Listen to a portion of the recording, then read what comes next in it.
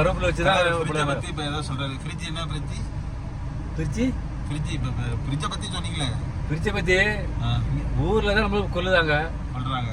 புளிச்ச மாவு போட்டு காய்ச்ச கருவேப்பிலையும் இங்க அரைச்சி இங்க ஒரு அரைச்சி தோசை மாவு வச்சு இது வச்சு 2 நாள் தானே ஆகுது. இது அரைச்சி ஒரு அரைச்சி தெரியாதுங்களுக்கு 2-3 நாள் தான் ஆச்சு. பார்த்தாங்க இன்னைக்கு மாவை எப்படி இருந்துச்சு. என்னைய முறைக்க அதை நான் முறைக்க அது நல்லா தான் இருக்கு. போதும் எடுத்து போங்க அரைச்சி அப்படியே சாப்பிடலாம். எப்படி சாப்பிட நல்லா தான் இருக்கு. ஊர்ல பயந்து அங்க வந்தவங்க இங்கே மாதிரி இப்படி பண்ணி சொன்னீங்க.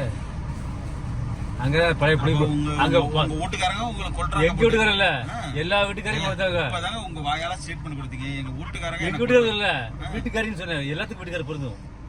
ஏன் வீட்டுக்காரன்னு சொல்லலையே.